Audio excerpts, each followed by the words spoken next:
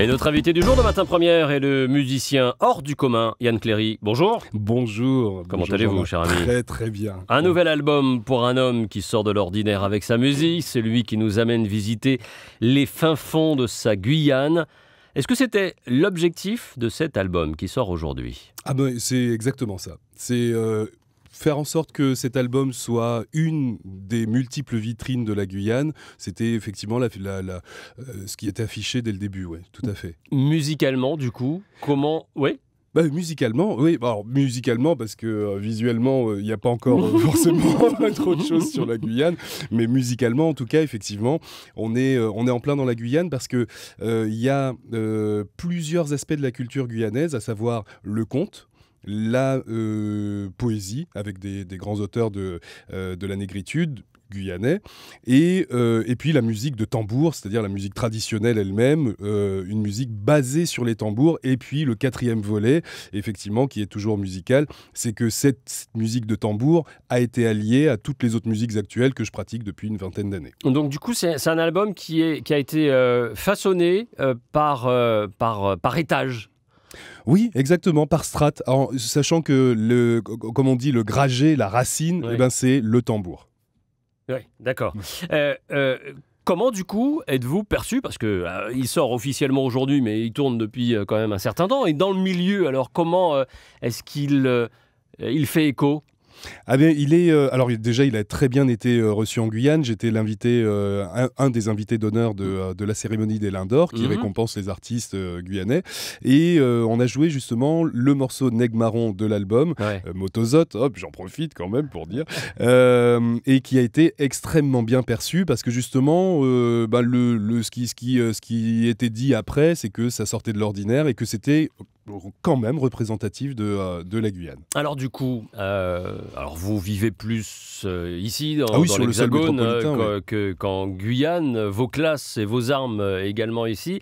Et quand vous retournez au pays avec cet album, avec ce concept, en tout cas, comment est-ce que vous êtes perçu? Eh bien, plutôt bien. Alors, c'est vrai que ça répond, votre question, elle répond à pas une anxiété, mais quand même, je m'étais soulevé, la question s'était soulevée pour ma part, à savoir, effectivement, comment quelqu'un qui n'est pas directement rattaché au pays est perçu par ses compatriotes, etc. Ouais.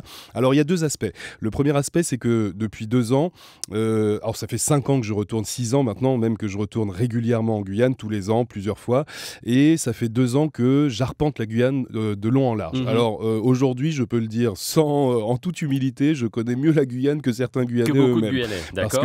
Parce que je vais dans des lieux, par exemple à Camopi, chez les Amérindiens, en bordure de forêt, dans la forêt amazonienne, je vais voir les Bushinangés, etc., pour donner des cours de musique assistée par ordinateur, des cours d'improvisation. Voilà, c'est un projet qui s'appelle Apouya, un projet pédagogique que j'ai développé avec le concours de la DAG, de la CTG. Et donc tout ça vous a permis d'être imprégné de tout cela. Et vous pensez avoir touché le cœur des Guyanais? Parce que je me dis, c'est peut-être, mais peut-être que vous vous en moquez, et tant mieux d'ailleurs, si on vous aime, on vous déteste. Dans une démarche comme celle-ci. Ah, de toute façon, c'est une démarche qui est engagée. Donc, effectivement, soit ça passe, soit ça casse. Après, je pense que l'album est assez diversifié pour que les personnes qui aiment la musique traditionnelle s'y retrouvent. Il y a un morceau notamment traditionnel. Oui. Et puis, les personnes qui aiment le hip-hop, le rock, etc., s'y retrouvent également. Je pense qu'il y a vraiment un petit peu de tout pour tout le monde.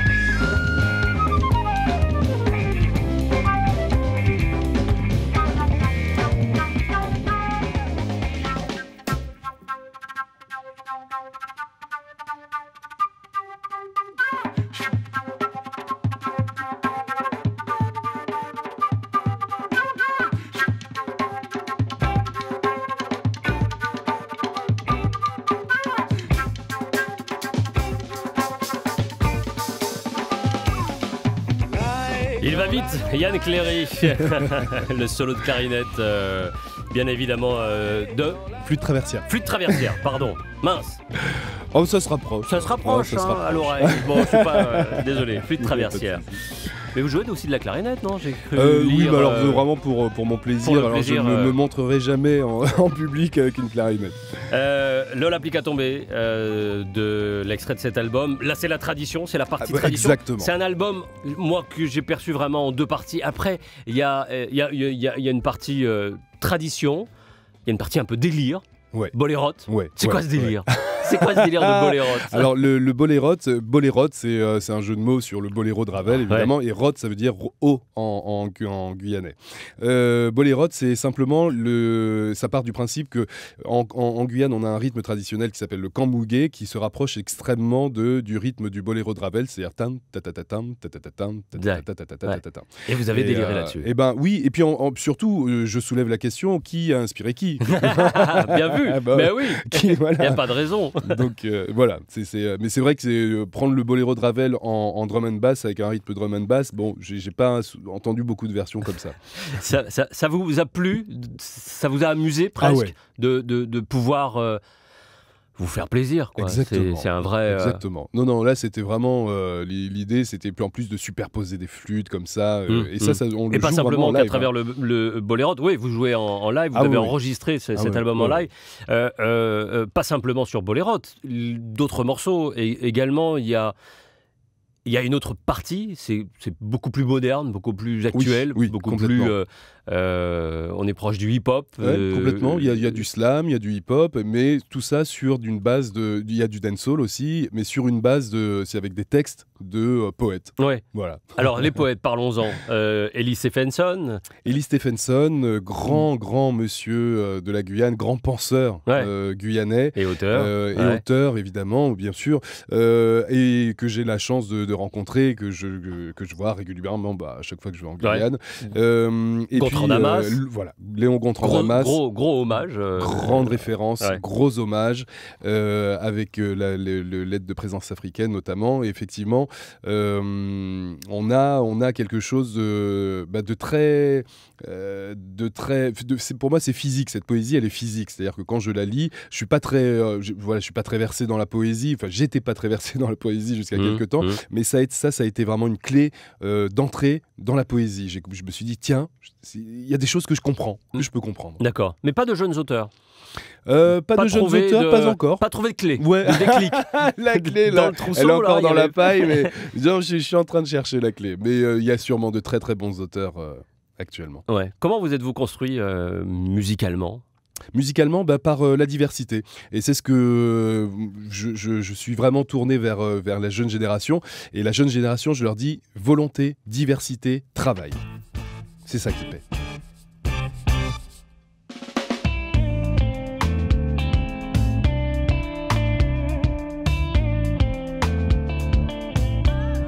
Tout est ça. Ça pas connaître ça dans ça a passé il y a longtemps. L'histoire des nègres marrons, moqué par les Antillais. Vini Timoun, vini côté mot. Il était garde choc et courage. Il est pas tépé en rien.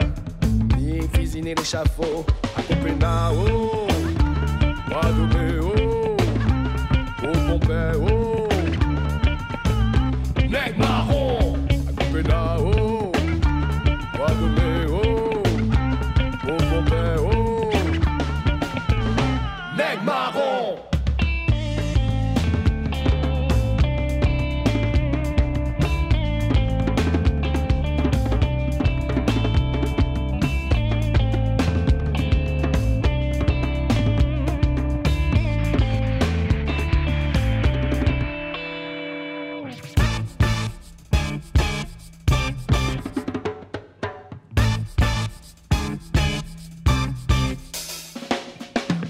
Ouais, ça pas craignant, ça pas pouvait comprendre. Qui chimaye mon nous, c'est nègres marrons. Rete Timoun, rete écoutez mots. L'an y'a qui fin que nous-mêmes sauter ouais la vérité. Non, nous pas encore libérés. À Copenhague, je vous l'ai dit, ça va vite. C'est différent, c'est autrement. C'est le monde musical de Yann Cléry qui est notre invité d'aujourd'hui. Je montre la pochette de cet album qui sort aujourd'hui à nos auditeurs téléspectateurs qui nous voient sur le net. Une Guyane que vous avez finalement appris à découvrir sur le tard. Aujourd'hui, quelle est votre réflexion ? Alors là, je sors du domaine musical et artistique et du travail que vous y faites. C'est quoi votre regard aujourd'hui sur... Mon regard, c'est un regard admiratif déjà sur la culture guyanaise, sur la diversité de son peuple, vraiment c'est une culture qui est très très intéressante et très très très diverse, très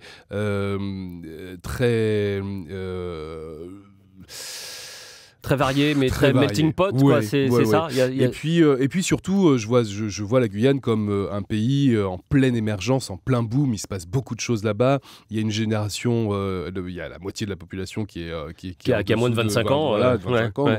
Donc on a une population vraiment très jeune et là qui commence justement à reprendre le devant de la scène. Donc on va voir ce qui se passe. Par exemple, dans le dancehall, on a une émergence du dancehall moto, comme on dit, voilà, qui vraiment s'affirme. Donc on a vraiment de toutes parts une émergence. Et vraiment. Ça vous plaît ? Vous observez ça avec plaisir ? J'observe ça avec plaisir parce que... Mais en tant qu'observateur ? En tant qu'observateur, en tant que même simplement téléspectateur, je trouve qu'on n'entend pas assez parler.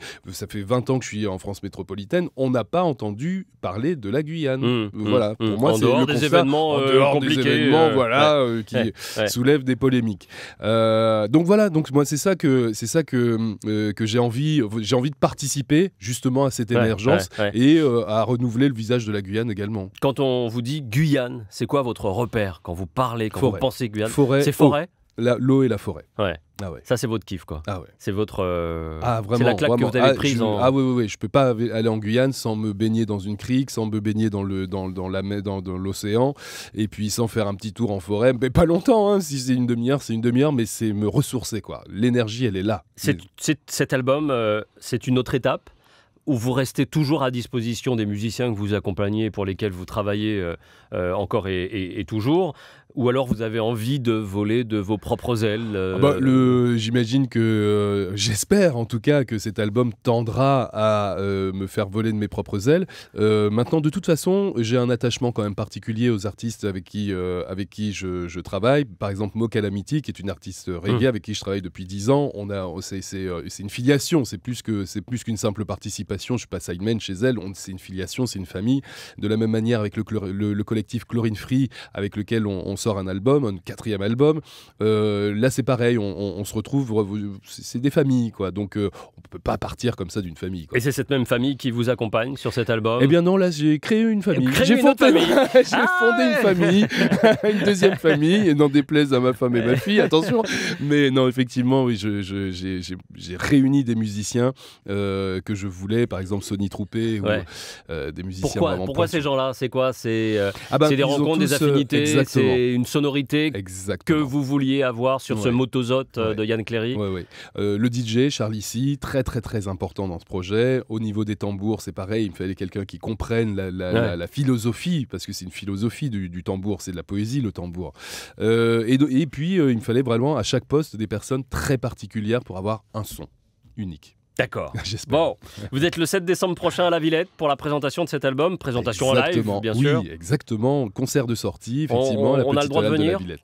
Non seulement vous avez le droit de venir, mais j'ai presque envie de dire, je vous invite tous puisque c'est gratuit. Obligation donc d'y être. Et où d'autres ?